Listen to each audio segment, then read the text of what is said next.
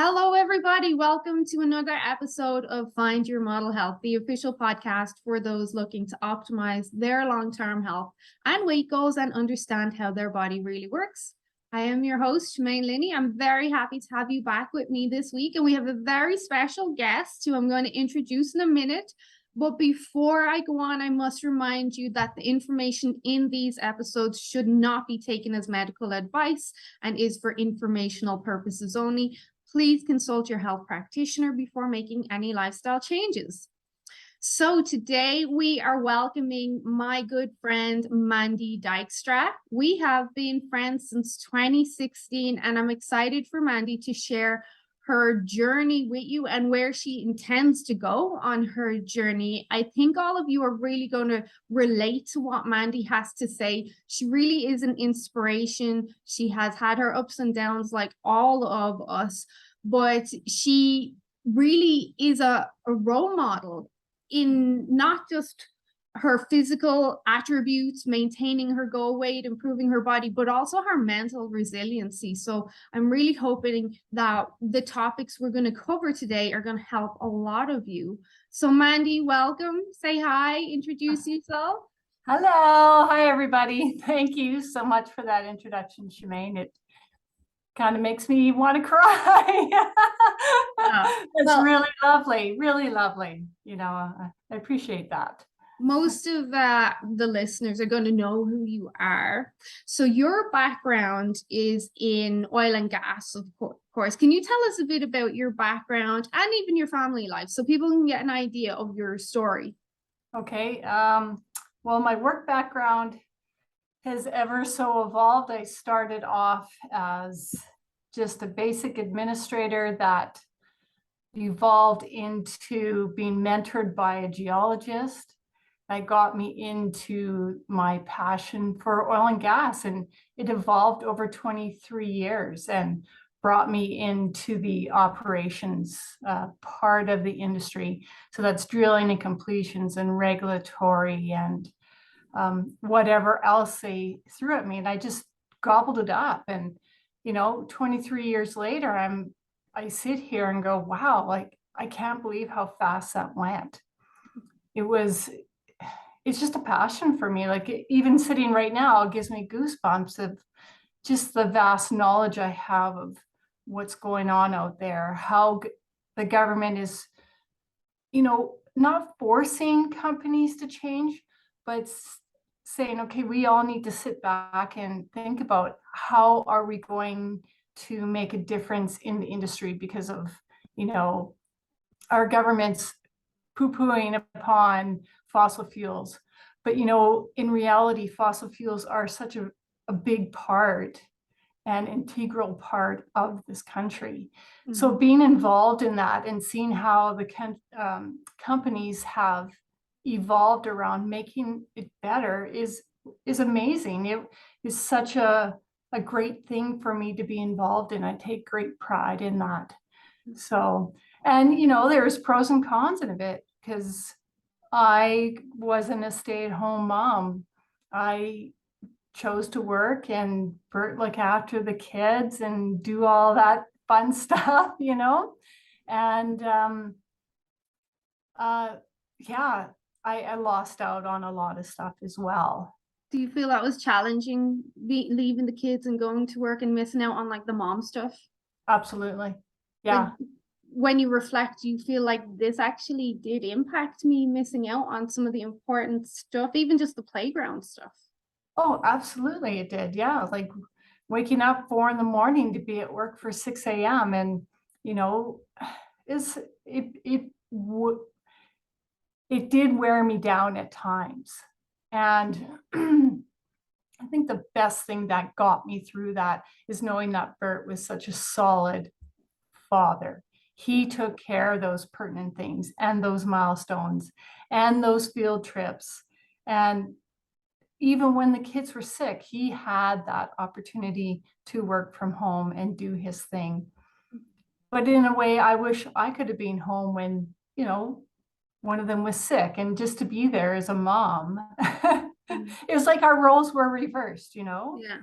but I was really blessed to have expert there to be able to take up that load and do that. And when bloody COVID hit, it kind of became an opportunity for me to be at home with the kids, even though they're young adults, they're 20s. Yeah. And here I am making bread with them. Here we are, going out for walks, going to the pool, like that kind of gave back some stuff to me. And I'm thankful for that, So you have a lot of experience from being in oil and gas over the years with change and change being pushed in specific directions. And change is one of the topics I wanted to discuss today. So change in the industry, change in personalities, change in your home life even. I mean, if you're in the industry and then all of a sudden you have these two little kids, that's change in itself. So like I said, change is the topic that I do want to get more into, but you have had a lot of change over your life. And when we are just young women, just by ourselves, everything is easier. And then we have these little humans that come and depend on us. And I was blessed that I had a business that allowed me to be flexible around bringing up the kids, and I didn't have to put them in daycare. So I was blessed with that. But where you had chose to go back to work, that is a change, going from having a newborn to leaving the newborn. That to me would cause a lot of mom guilt, as we call it, but also mom distress. Like inside you, that would cause distress, missing out on stuff. Absolutely. There were a few times where I was resentful, even though it was a choice, but I was the breadwinner. I was the benefit holder. I was that. So there was many years I was very, very resentful for it, because there was no time for me to enjoy this little one and see them to their first day of school, see them, and all with all that stuff, because I had to be at work. And I also worked in an industry where they're so archaic in their thinking, even the women, of like, well, your kid's sick, you should be taking that as a holiday. So there was also a lot of guilt on that too. So, thank goodness at that time, my parents were still around and they could look after the kids for me if Bert was off doing a show. So I had a lot of resentment. I had a lot of guilt. And I also had put on a lot of different layers, different hats, different layers. So in a way, I really lost who I was deep down, because I had to assimilate and adjust and keep going throughout the years, which is so detrimental, like it wears you down. It does. With responsibility. I always think of like Mr. Miyagi, with something comes great responsibility or whatever. I'm terrible with stuff like that. But when we have so much responsibility on our shoulders, we do become resentful. And even if you have a support system like you did, like Bert is great, you still can't compensate for the missed moments and the cuddles. And I don't think many people know that women were only encouraged to get into the work system in the 1970s. Before that, women didn't work at all. And I've had this conversation a lot with people lately. It's society has designed things a certain way that doesn't work in our favor. They've manipulated, obviously, the economy, but they've designed time to even work against health. And being with your family is a big part of health. Like having the whole family system is a big part of health.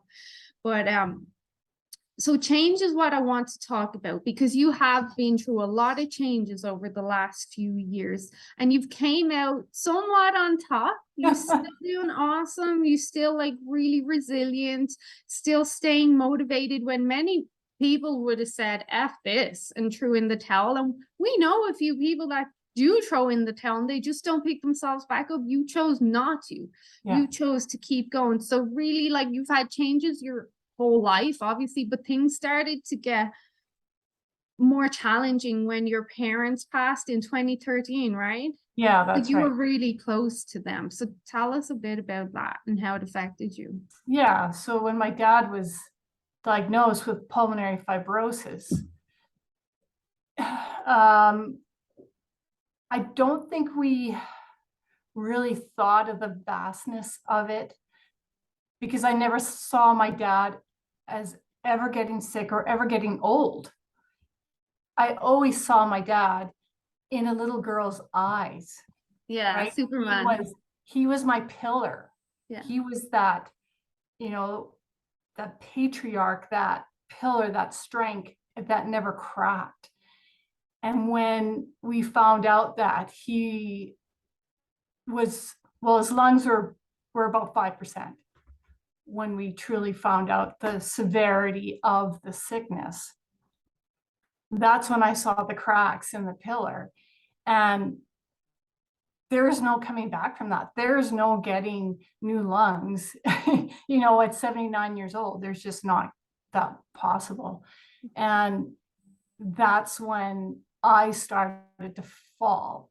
And I didn't want to get out of bed. Like the day my dad died, it still gets me, like nothing ever brings him back. And I was working within the company that I just recently left, and they still didn't understand that, as not only a mom but a daughter, I just need time. And I had to suck it up, Shemaine. I had to suck it up. I had to kind of bury all my feelings and everything and go back to work after all was said and done, after he passed. And then it wasn't shortly after that we found out my mom had cancer. And that was breast, lung, esophagus, spinal, and it annihilated her. From diagnosis to death, it was a month and a half. So it was really not having to be able to kind of get over your father passing. Now you're dealing with your mother passing and a family that's falling apart. My brothers and sisters, it was just a big fight fest and really tore us apart. There was nothing that we could do at the time to make things better, because we were all suffering and we were fighting for straws. We were fighting for air to come above ground. And yeah, I was sinking bad. What saved you in that time? Like, where I'll phrase that better. Like, where did you find the courage and strength to pick yourself up and go again and just put on that fake smile, I suppose? Well, I was in the hospice. There was a great man. His name is Ken Balzer, and he was the pastor there. And he just kind of had this click with the family and was always there to help us. And I remember phoning him up one day. I was at work. I think it was about 6:30 in the morning, and I phoned him up and I said, Ken, I am so deep underwater. I just want to step out and I would just want to get hit by a bus. Like, I'm done. I can't move forward from this. I just cannot get my air. I can't see the light. Grief. I'm so stricken by grief that I just can't go forward. And I tell you, that man helped me. Like, for years, actually, he helped me. And the great thing out of all of that is I ended up doing public speaking for him in some volunteer grief counseling and within the hospice. And by doing that, it allowed that An outlet. yeah, it helped other people to see that it's okay not to be okay. And it's okay that the grief is never going to go away. It comes and goes within layers. Like this year, for example, my mom's death hit me like a brick wall. But 2 years ago, it was like, oh, cheers to mom, or cheers to dad. But this year in particular really hit me hard just because of all the change that I went through, quitting my job, selling the house, losing a cat, moving to the country, assimilating to a new life, but yet letting go of an old life that has been beaten and rotted. It just needs to be put to the past, and to take that experience and to move on and to grow again. The words you say there, they're like, I resonate a lot with them. Obviously, I did leave my past in Ireland and I came here, but the change wasn't positive in the beginning. It's only been the last few years that it's been positive. But letting go of the past, you hear people talk about it so much, and I think that's like way easier said than done, to let go of the past. And it does putrefy inside of us, and even though we want to let go of it, it's still there. You can only let go of so much. It'll always be there because it's part of you. It's left a mark, it's left a scar, it's part of you. Yeah. But 2013 was really a rough year for you. I can't imagine what that's like. I still have both of my parents. I cannot imagine what that's like. And you were very close to your family. Yes. So that must have been, it reminds me of what you said, like you struggled to get out of bed. You were just, grief was the word I was thinking before you said it. You were just so heartbroken, and I can relate on a level because I've been in places where I felt a lot of grief, but so heartbroken and just lost and just wanted to give up. Like, I just give up. This is too much. To just leave me. Like, I don't care at that stage. Yeah. And it sounds so negligible that even when you're in that stage, you're like, I don't even care about my kids. I don't care. I just need this pain to stop. I just don't care. Yeah. But it's real. There was one time when I said, like, what helped you find the strength and the courage to get it up, and you put on that fake smile, and you have to, because the kids are there and you don't want them to see mom is so upset, and you put on a fake smile and you keep pushing through the day even though you're almost dying inside, but you just keep pushing on, and that leaves its mark. When we first got refused permanent residency, we had already been in Canada like 4 years and built a home, and then they refused us over something stupid. But I remember the day the phone call came in, and I was preparing like Halloween cakes for the kids. Like, I was trying my best to give them a nice life, even though we didn't have family, and we didn't have a lot of money only till like the last few years. We literally did not, because when you emigrate, it's really expensive. The phone call came in, and at the time, my husband wanted to give up and go home, and I, of course, am not a quitter, so we were clashing at the same time. And then the kids came in from school, and I remember thinking, like, wipe my tears away. I have to put on a face. I have to smile for the kids. I'll not let this affect them. But inside, I was like just being torn apart with the challenges that I knew lay ahead. But I just put on, and there's been many times across, I don't want to say my life because I'm younger than you, but where I've had to just put on the fake smile, even though I'm in turmoil inside, I'm being turned upside down. And turmoil is a word I use a lot. Like, when I'm trying to express myself, turmoil always comes up. I was speaking to a girl a few weeks ago. She was helping me with some energy stuff. And I was like, I feel like there's a twister inside me and I can't stop it. And it's just building up with rage, and I just can't stop it. But turmoil always, not always, I'm not always in turmoil, but a lot of the time, when something does get on me and I'm conflicted, that's where I'll have like that turmoil. I don't know my left from my right, and it's that stage, and maybe you can relate to that. It's that stage where I'll step back and I'll say, okay, God, universe, direct me where you want me to go. That's I right. can't do it. You're tapping out. I'm tapping out. Okay. Yeah. Yeah. I get that. I get that inner chaos. Like right now, I'm like, I need to work. I need to do this. I need to bring money in. Like, and Bert's like, you don't need to do anything right now except heal. You Yeah. just need to put your hands in that dirt and get back rooted and grow yourself again from where, you know, we met in 92. And he said, you just need to get back there. Stop stressing.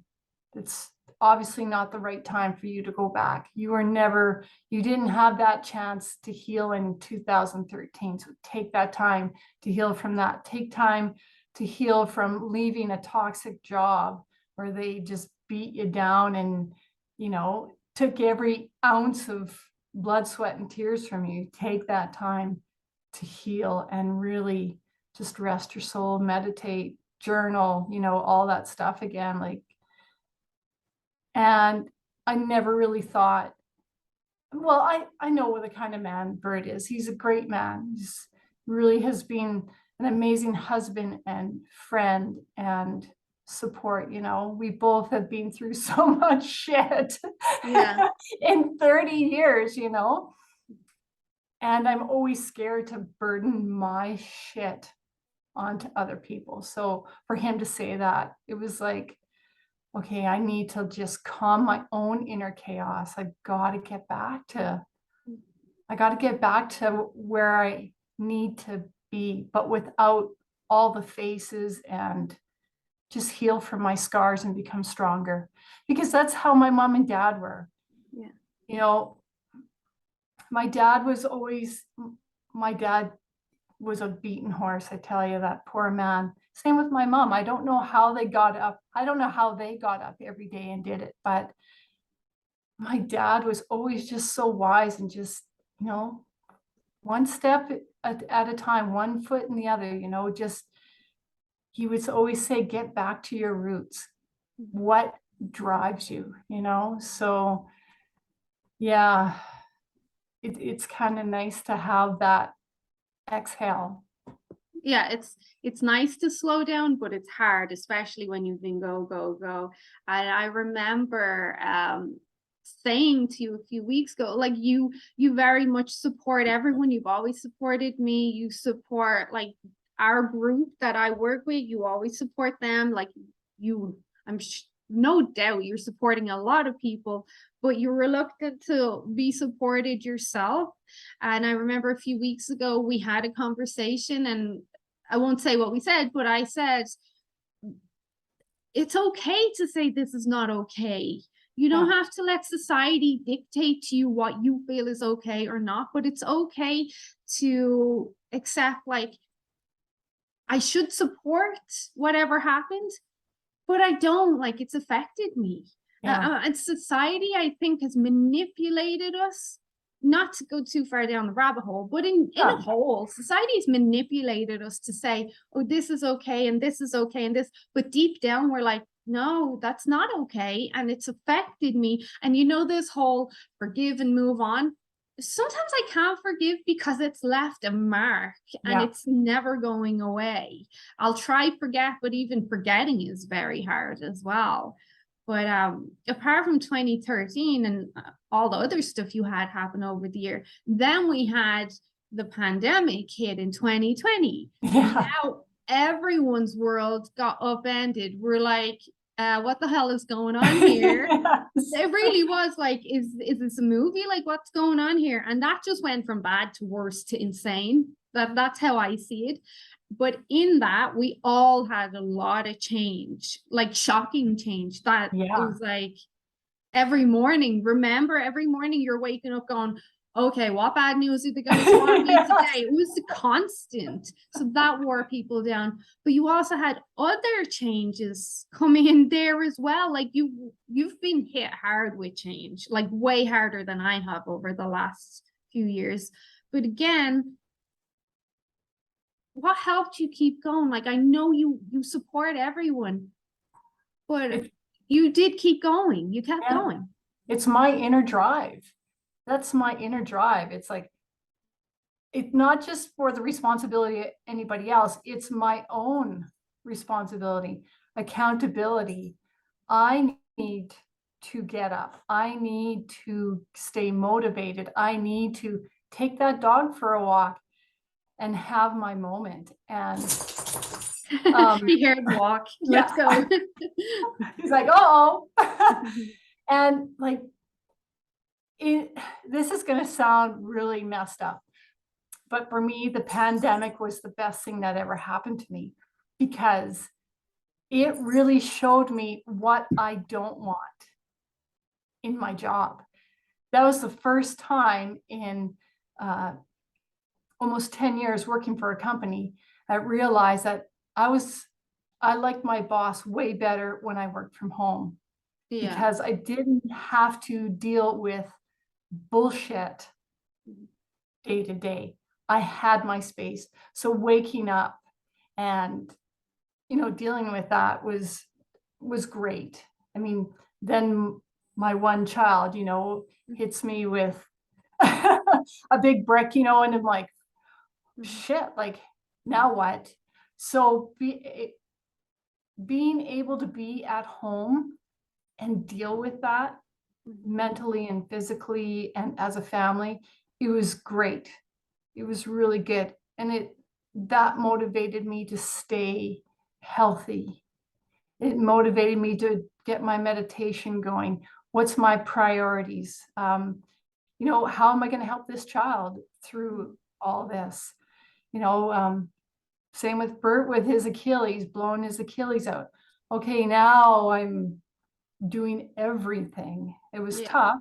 It was really tough, but it's just that inner drive that I got from my dad. It's like, so I want to stop you there for a second. So you had the pandemic, you got to step back from the company and kind of observe what was okay and not okay, what was aligned with you. And then you also got to slow down a bit because you didn't have to rush out in the morning, grab the train or any of that. So that kind of gave you a bit of stillness where you could observe, like, this is okay, this is not okay with me. And then your child hits you with like this bombshell and you have to deal with that as well. And then if Bert hurt himself and he was out of work for quite a while, I remember that. So you had all these challenges, but you kept going. You started your meditation, your exercises were regular. Now, I get you got a lot of this drive from your dad, but as you're speaking, I'm like, why though? Why is she doing this? Yeah, part of it's innate in you, but why? Because if you were to ask me, like, Shemaine, why do you do this all the time? My answer would be, I want to be the best I can be. I want to help as many people and make a difference, but I want to be a role model for my sons. I want to show them, but also I always say I want to be strong, because if the zombies do come, I at least want a fighting chance. Like that's the God honest truth. So they're my whys. Like, so why did you keep going? What was it?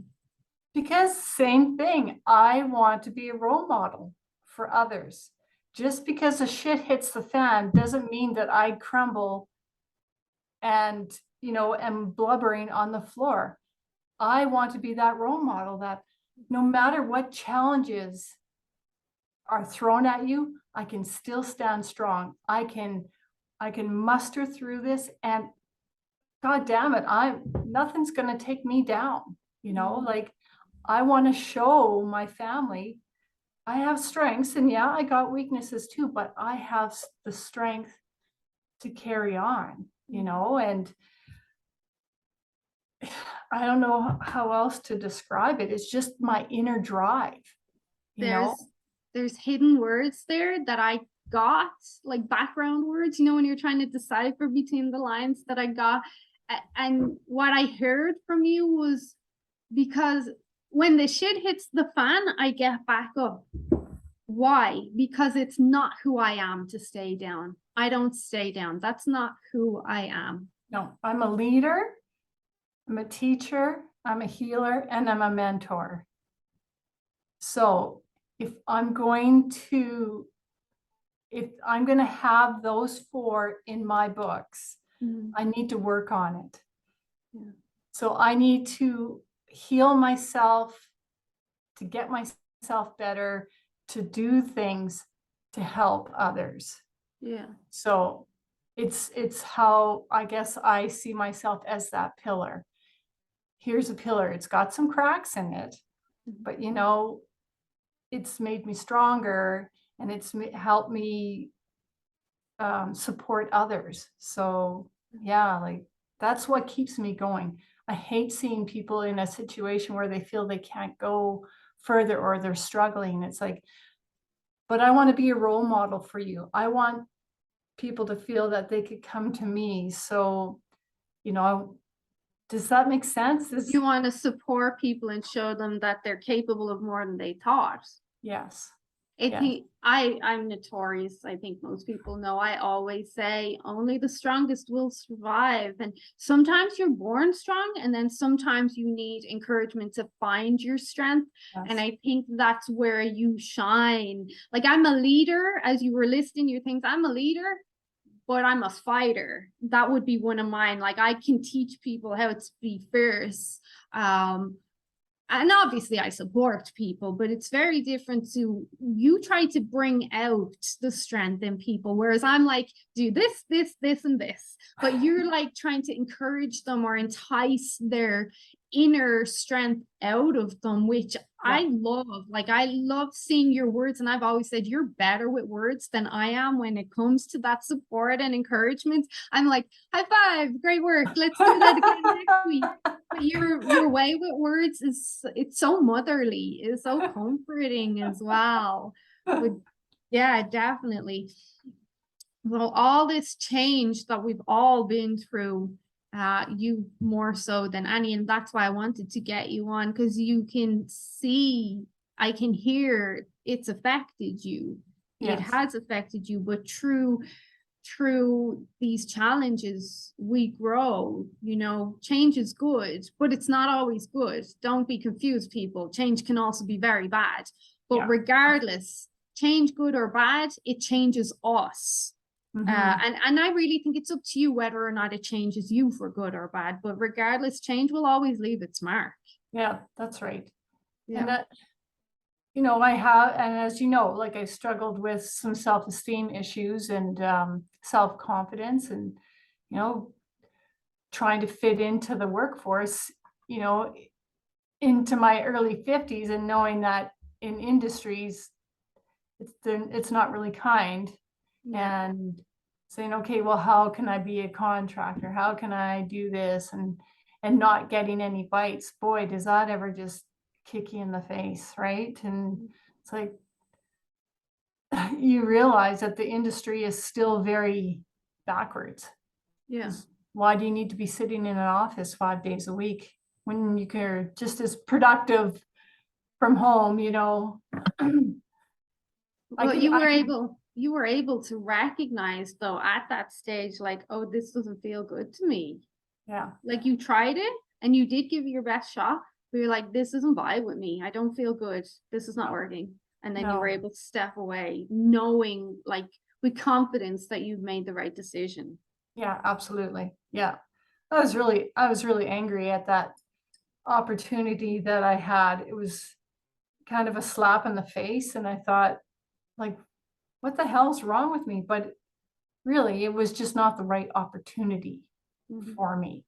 And I think that's kind of the insight I'm getting now. It's like there's just nothing wrong with the people. It just was not the right opportunity. It was not the right moment for me to be in that. And it's not what I want to do. I don't want some mind-numbing job, Yeah. It's Yeah. not who I'm about. Yeah.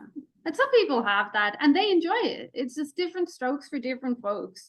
But all these kind of challenges and knock me downs and changes, one thing they do build in most people, I'll say most people, is resiliency. Yes. And resiliency helps us to take that next knock on the chin and get up even faster again. Resiliency, I think, is big part of character too. Yeah, absolutely. I Would you, I would would totally agree with that.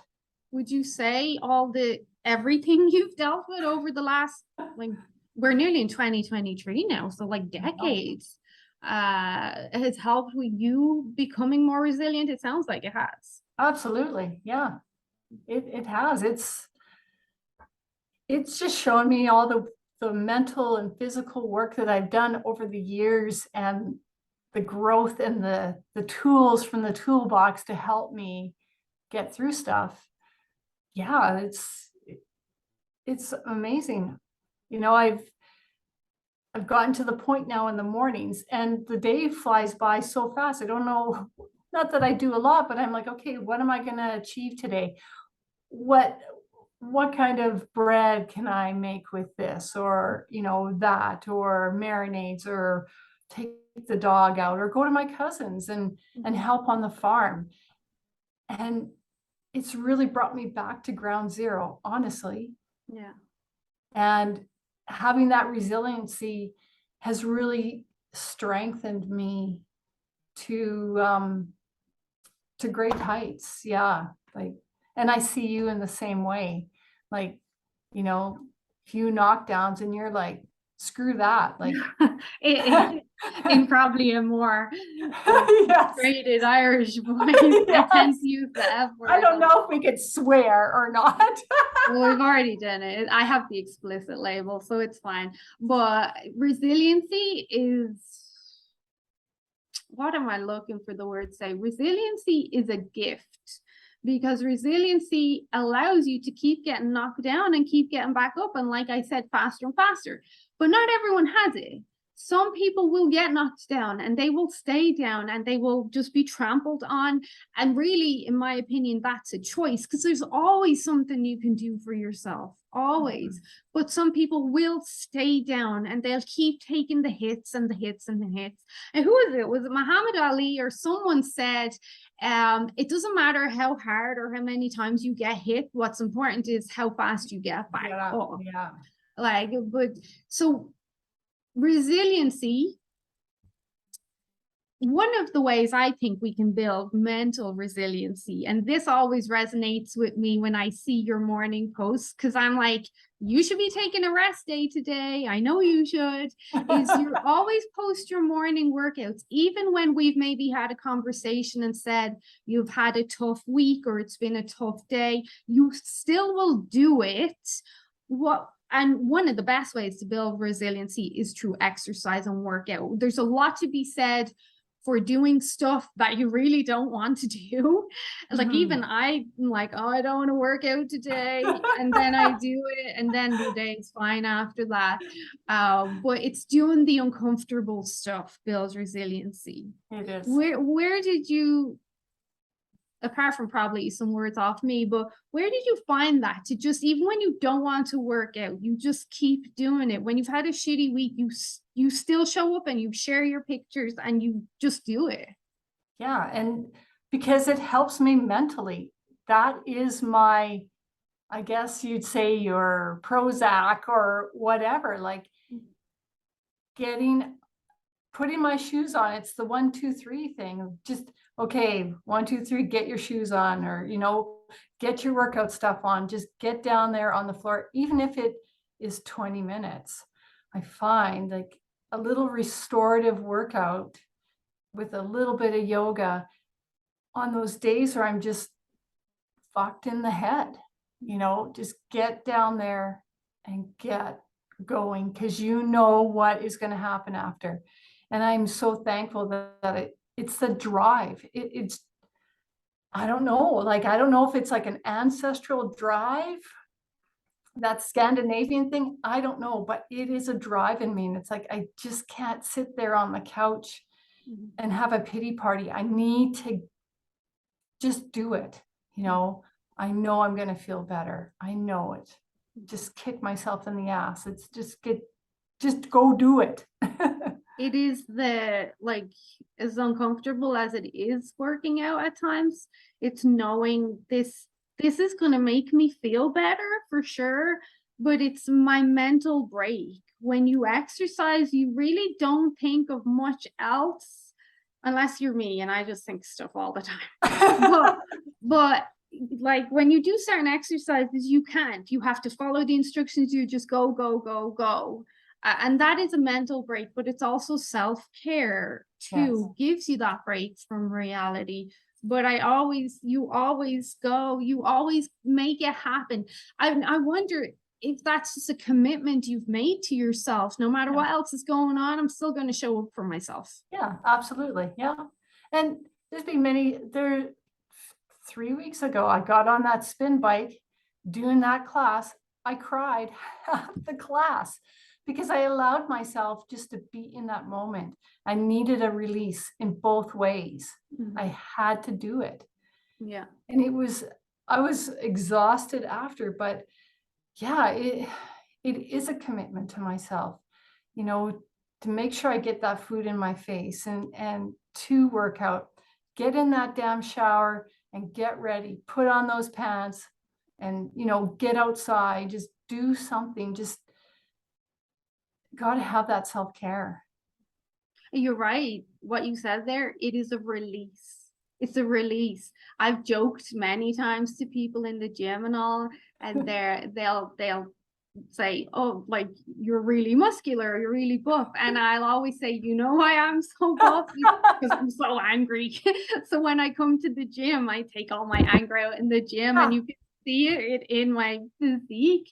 But it's my release, and if I don't do it, it messes with my mental game big time. I don't count exercise calories. I don't look at that. I do look at my heart rate to make sure I'm getting myself into the right zone.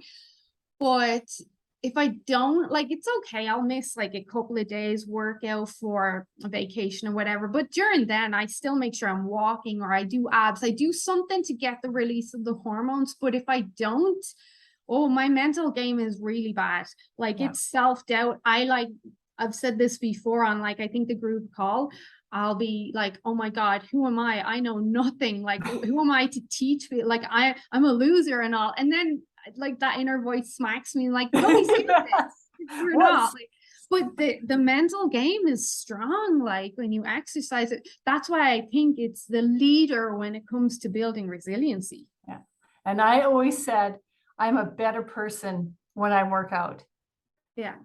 Like I took my lunch times and I worked out, because if I didn't, I would not be a nice person to work out or to work with in the afternoon, just because of what is going on and is getting thrown at you, or even being at home. It's like, I'm a better person. I'm a nicer person. If I work out, if I'm angry, I'm either slamming doors, vacuuming, or doing something and cranking up the music, or I just go down and I just slam out whatever it is. Yeah. And I'm a better person after that. It's like, okay, I'm good. Restart. It's a mental break from life. You're not working, you're not cleaning, you're not dealing with kids. It's a break.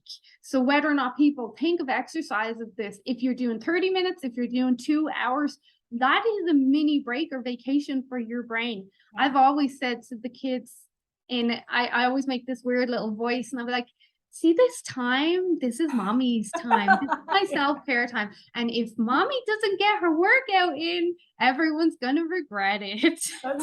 Like, and I was laughing when you were saying that, and they know, they're like, oh, she is not a nice person if she doesn't get some exercise. I am like, oh, I'm like a witch. Because Mandy, there's so much demand on us being women. Like it's overwhelming. Like you said, you feel like you're drowning. You can't breathe. Like literally, I'm known for saying, fuck this shit. I'm out because I just can't deal. There's too much. And when you get like that, it's like, you throw in the towel. I'm not exercising. I'm not working. I'm not cooking dinner. We're ordering in. I'm also having this bottle of wine and the chocolate, and we're putting on Netflix. And we know where all that leads us. But it's because there's too much demand on us. We're exhausted. We're stressed. There's too much to do. Yeah, exactly. Yeah, and that's when you hyperventilate. You're grabbing for straws. You're like, how am I going to get this done? I can't. I just can't. Yeah. So like lists. I became a big supporter in writing lists. Yeah. Because then I can just regroup. Okay, what did I get done? Done. Oh, workout time, Yeah. me time, or bath time, and that's what I miss the most is my big soaker tub. Because that was my time. No one interrupts me. Do not come downstairs unless you've cut your arm off. Or the house is on Don't come fire. downstairs. Yeah. Yes. The baths are so underrated. They really are. Oh, But so when we get overwhelmed and stressed, we're hyperventilating, we get the shallow breathing, we get anxiety, we can't focus. There's a higher likelihood you're going to throw in the towel on whatever your journey or your health or your nutrition choices are. You're going to throw in the towel completely. But then on the other side of that, lists, which is a great tool, and it's a tool, people, that you've mentioned. So we've already mentioned like exercise and now lists, because every time you mark off something on a list, you get that dopamine hit of reward and achievement. And there is a saying, and I stand by this, and I was saying it to Dave the other day, who's my teenager, for those of you who don't know. I'm trying to lead him in the right direction of life. And progress equals happiness. Every time we make progress, no matter what it is, it releases these hormones, but it gives us a huge amount of self-pride, and that leads to happiness. We human beings, we need to be achieving stuff all the time. yeah, that's right. Like, I can't remember who said it, but he was in the military, and he talked about make yourself accountable for things. First thing you do, accountability, make your bed. Yes. Oh, is that David Goggins? Are you thinking of? Because he says that. Yeah, I think Yeah. so. Yeah. Yeah. He's like, get up, make your bed. Yeah. You know, brush your teeth, get your hair, comb your hair, eat your breakfast. You know, these are achievable things. These are skills, achievable things that you need to do. Then in your mind, you're like, okay, this is progress. I'm being productive. Here we go. And going back to 2013, that's what I did. Okay, what are the basic things that are going to help me through this depression and this drowning? Mhm. Make your bed. Mandy, go brush your teeth. Okay. You know, as stupid as it sounds, put some mascara on and some eyeshadow, get dressed, go to work. And that, that progression just helps, Yeah. in that time where you're feeling low. What can I do to make myself accountable? What can I do to just achieve something positive and simple in my mind? How is this going to get me to the evening, or how is it going to get me to the next hour? Okay, let's do this simple and go. You have to show up for yourself, no matter how bad things get. You have to show up for yourself, because the alternative is so much worse. It So is. even if it is, most people don't feel like, oh, brushing my teeth or making my bed is progress. It very much is, because there's some people that cannot get out of the bed and that cannot do this. So get up, brush your teeth, have a routine, make your bed, maybe go for a short walk, get some fresh air, come back, make yourself as nutritious breakfast if you can. Like, at least then you're starting the day strong at that stage. And then with consistency, it starts to evolve and you start to feel better. Yes, Consistency is huge, though, for any changes to happen. it is. Yeah, I totally agree with that. What other tips would you have for people who are, because you are the consistency queen, you are more consistent than I am. Full disclosure, people, Mandy is like way more consistent than I am with even nutrition. And I did teach her everything she knows, but she's more consistent. So how do you, or do you have tips for people to stay motivated, but also stay consistent? Or would you say like one leads to the other, or what? Well, number one thing is, I know everybody knows how they felt before they were joined Head of Guide. Everyone knows how they felt. And it was all in different baskets: brain fog, bloated, inflammation, blah, blah, blah. Like the list goes on. Everybody has their thing. And then everybody has their why. Why am I doing this? And Yeah. my why is I never want to feel that way I did before. One thing that always stands out for me, and I think it was the third week, and I would only hired you at that time in just the personal side of it. I didn't actually join the HEDA guide. And you said to me, what's different this week? We were in the third week and I had 1 week left with you. And I sat there for a second and I said, I've never been more clear and mindful in years. Like it just came to me. And that feeling keeps me driven. That's your motivation. That's my motivation. That's what keeps me going. I never want to go back. I just want to keep learning. I want to keep my consistent workouts and my food. And, you know, that's what keeps me driven, to get up every morning, to have my morning routine. Okay, that is my first step. Here I am. Where am I going to take it from here? And yeah, some weeks are fucked up, man. You know, I'm living at the house by myself for a week and I'm like, how am I going to stay motivated? I'm only cooking for one. How am I going to do this? But going back to the basics for me keeps me driven. Okay, I have to worry about myself. And I know there's ladies with families and they have to feed their kids and everything. I was there too, but it's like, I come first. I'm making dinner.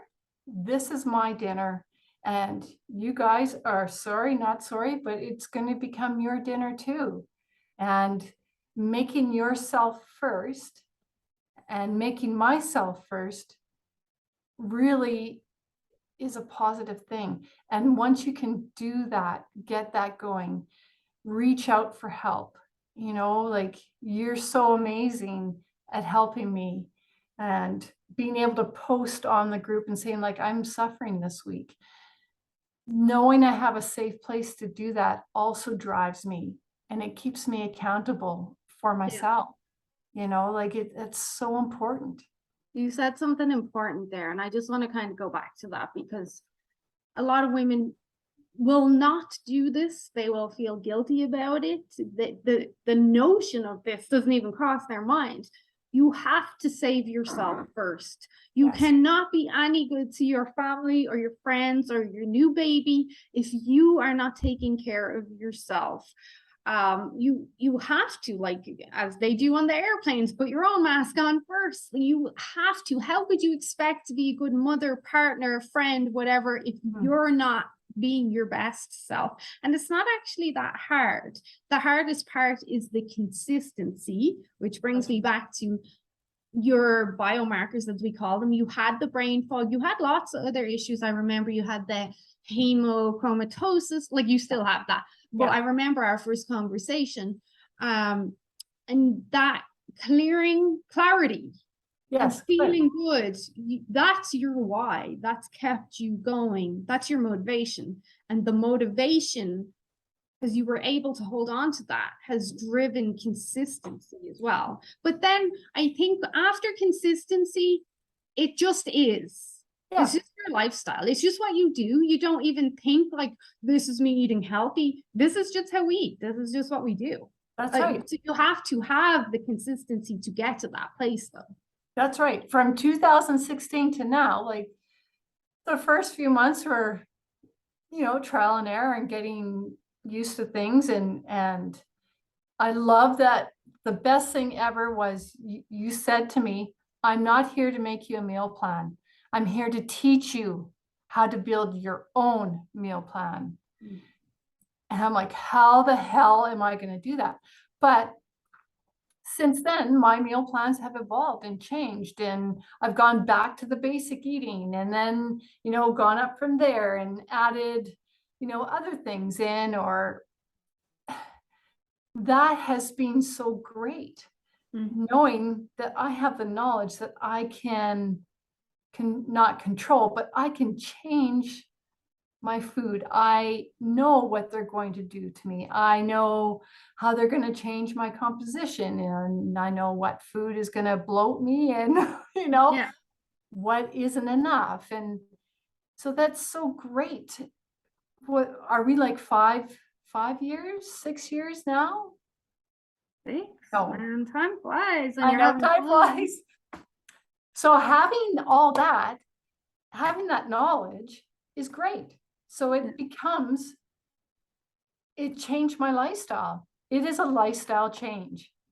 That sounds so cliche, doesn't it? Everyone's like, it has to be a lifestyle, but it really does. Like, this It has does. to become your life. You need to accept that you cannot eat or do whatever you like and expect to be healthy or have the body. Like, you have to accept that. So, Yes. do you have any other tips? So we know the scenario of some of my followers and clients that we see, they're in too much of a rush. They didn't have time to prepare. They ended up just ordering in takeout. They couldn't find time to exercise. Like, give us some tips that you use, because you've been there. You had the 9 to 5 job, you had the kids. Like, so how do you prepare? How do you make sure you're setting yourself up for success as much as possible? And we'll leave it at this then after. So every Sunday, I dedicated 3 hours. Well, not always, but I mean, and do in between doing other stuff. But okay, sitting there going, what am I going to eat for the week? I know I have to go grocery shopping. So let's plan it out now.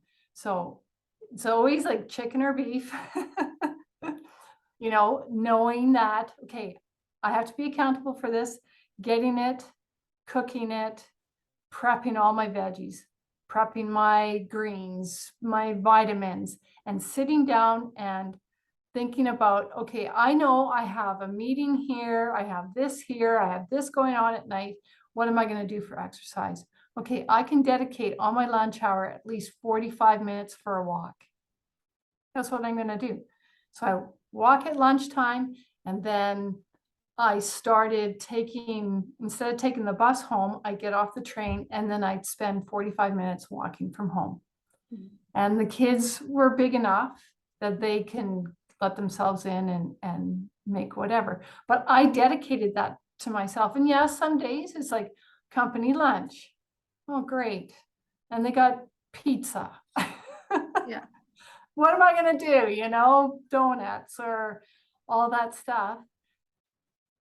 I didn't beat myself up if I had a donut, because I knew that I had the tools in my toolbox to reverse that sugar or to reverse those carbs or that fatty pizza. Like, I knew I had the tools to offset that. But you also have to live. There's the 80-20 that I always speak about. Like, you Yes. have to put in the work so you can enjoy the other stuff. Exactly. Yeah, a So, lot of people don't get that. but I allowed myself to, like, meal plan, prep it, put it together in my little lunch kit, pack that all up, have it in the fridge before I went to bed every single night. What about on days where you were strapped for time and maybe something unexpected came up and you found, like, for that split second in your head, you're like, oh, I don't have time now to prepare for tomorrow. Did you make time? You like, no, this will be 5 or 10 minutes. I'm going to make it happen. Yeah, I did all the time. I just did. Even if it meant I stayed up 20 minutes, like 20 minutes, and that's it. It's like, okay, I have to do it, because if I don't, I know I'm going to go to work and I'm going to go to wherever and I'm going to buy a crappy hamburger and I'm going to eat it and I'm going to say, fuck, I just should have brought my lunch. And I've done it, but it is a choice. It really is a choice, because I do see a lot of the time people have stressful, busy lives, and then they'll say, I didn't have time to prepare yesterday or grab something this morning. You always have time, even if it's only 5 minutes. That's a choice that you make. You get up a little bit earlier, 5 minutes, not going to make a difference, or you stay up a little bit later, or you come up with a plan, like, okay, I could go to Starbucks and get a green tea and egg bites, or like, it's So what I'm taking away really from you is when you get knocked down, man, you better get back up because the alternative is worse. There's no choice. You have to get back up. You have to sit down and realize what your why is. Why are you doing this? Because that's going to be your motivation, and you hold on to that to drive your consistency. But the biggest thing in this last kind of end of our conversation is priorities. You prioritize yourself and what you want for yourself. Absolutely. You have to, because nobody else is going to do it for you. Is that self-love? Like, would you say I prioritize myself because I love myself? Because I believe it is, and some people will argue with me that it's not, and that's fine. But I do think prioritizing yourself and what you want for yourself is holding yourself to a level of importance. I love myself, so I'm going to do this for myself. It's self-respect, honestly. Like, come on now. Like, if I'm not going to look after myself, somebody else is going to come and have to help you, you know?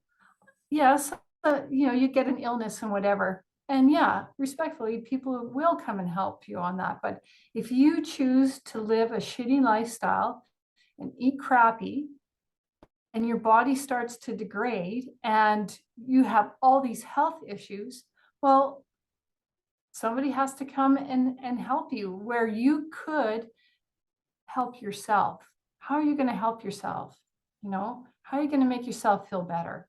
You know, like have some self-respect. Get up, brush your teeth, brush your hair, put on some clothes, and look after yourself. You're number one. You're number one.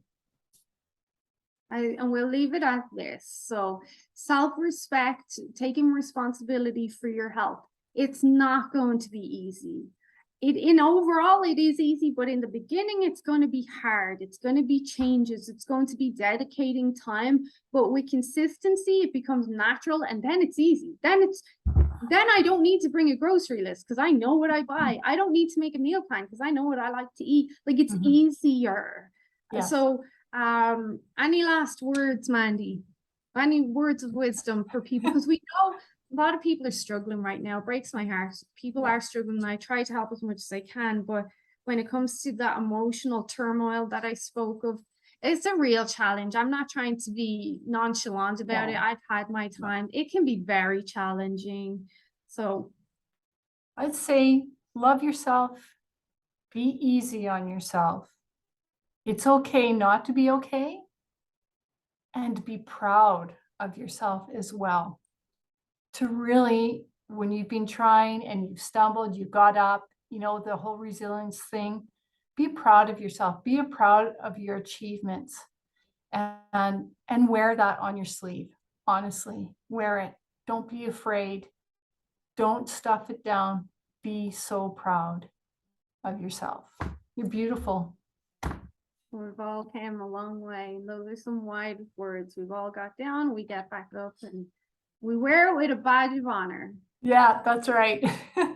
Well, thank you, Mandy, for this conversation. I'm really hoping that we can get some people to connect with this was just a conversation between us, just kind of touching on changes, grief, how we kind of get around it and pick ourselves back up. It's not easy. Not easy being a woman nowadays, and being a mom and being a career girl and a housekeeper and a housewife, and like, it's not easy. There's a lot of conditions stacked against us, but with small changes and prioritization and motivation, we can really make a difference to ourselves, and not just our physical body and our health, but our future outcomes of everything, I think. Yeah. And you know, and I know we need to wrap it up, but I was going to also say, like, as women, we don't reach out and ask for help enough in our own community. And I think it's really important that, you know, especially in the Hedda Guide forum, that ladies do reach out and ask for help. You know, it is a safe spot. It is a non-judgment page. And it's so important when you're struggling just to say alone. Yeah. Yeah, you're not alone. We've all been through it. We're still going through it, or, just to have a little pick me up. It's okay to do that, It's so hard when people ask me about that group. It's so hard to describe it. I'm like, it's not like other groups. It's different. It is a safe space. It's there because we can all relate. Like, we're all in the same boat. We can all relate. We're not judgmental. We're kind, nice, but we're also practical at the same time. It's so hard to describe that group. Like, it Yeah. really is. All I say is to people, you're gonna love it. Bad. But use it, like, regardless. Always ask for support of anyone. People like to help. People don't get that. When you help someone, it makes you feel good. So most people like to help. Like, Yeah. I help people all the time. People I don't know, people from all over the world. I'm like, yeah, do this, do that. It makes me feel good to help people. And I think people don't, and this is for you too, people don't want to be a burden. But you're Yes. not a burden. People want to help, like, they really Yes. do. Mhm. Okay, well, thank you for the conversation. It was a Thank you. joy. Hopefully everyone loves this and really loves your genuinity. So thank you to spend some of your morning with me, Mandy. Yeah, you're welcome. Thank you for the invite, and let's do it again. Yeah, we will. Once you get maybe your new career up All and right. going. So we'll see. Okay. Bye. Bye.